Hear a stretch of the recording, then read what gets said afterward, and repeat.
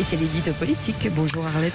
Oui, Bonjour. alors on le disait, c'est loin d'être calmé, cette tempête du côté de Marseille sur le Vieux-Port. Est-ce qu'ils ont eu raison d'être aussi durs, les Républicains, en retirant l'investiture à Renaud Muselier? Écoutez, regardons les choses effectivement autrement. On peut se demander si effectivement les Républicains n'ont pas tapé un peu vite et un peu fort. Alors évidemment, on peut les comprendre. Apprendre par Jean Castex, qui vient aussi de leur camp, la conclusion d'un accord avant le premier tour entre Renaud Muselier et La République En Marche, franchement, c'est désagréable. D'autant que Renaud Muselier n'est pas n'importe qui, petit-fils de l'amiral qui a rejoint le général à Londres, le premier.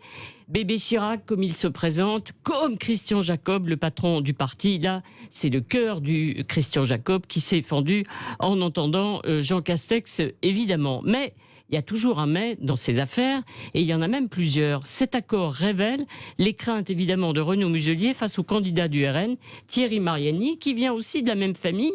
Il a quitté, il n'y a pas si longtemps, l'UMP à l'époque pour rejoindre le Rassemblement national. Il est peut-être aujourd'hui plus dangereux pour Muselier que Marion Maréchal Le Pen ne l'était lors de la précédente élection. Mais, c'est le deuxième mais.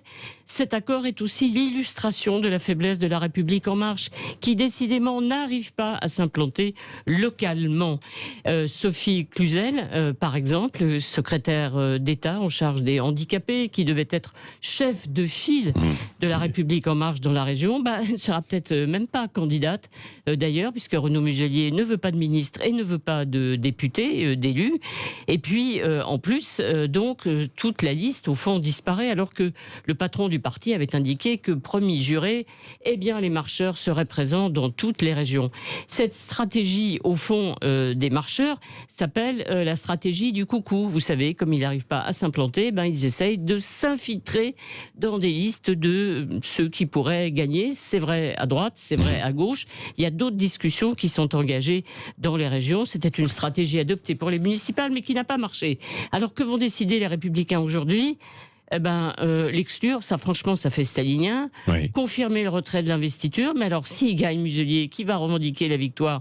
Forcément Emmanuel Macron. Créer une liste supplémentaire, oui, mais si le Rassemblement national gagne, qui portera le chapeau de la défaite? Franchement, je pense qu'ils sont dans une presque impasse, ces Républicains. Oui. En tout cas, ils ne vont pas très bien. Oui, bon, ça montre aussi que cette fermeté affichée des Républicains met en évidence leur malaise, leurs contradictions, leurs crainte à un an de l'élection présidentielle, Arlette Chabot. Oui, 4 ans après leur échec, l'échec de François Fillon, où sont-ils? Ils n'ont pas de leader, ils n'ont pas de chef, pas de projet, pas de proposition. Ils sont même divisés sur les choix économiques. Les libéraux, les souverainistes, ils n'ont pas de candidat. Les plus sérieux ont quitté le parti, Xavier Bertrand ou Valérie Pécresse. Comment choisir justement leurs représentants? Ils ne savent pas non plus. Ils craignent l'OPA, la deuxième d'Emmanuel Macron sur leur mouvement. Les régionales servant de laboratoire. Ils craignent aussi que leurs électeurs fuient vers Marine Le Pen. 2022, pour eux, c'est une question de survie. Et quand on parle de survie, franchement, on est nerveux, ça se comprend.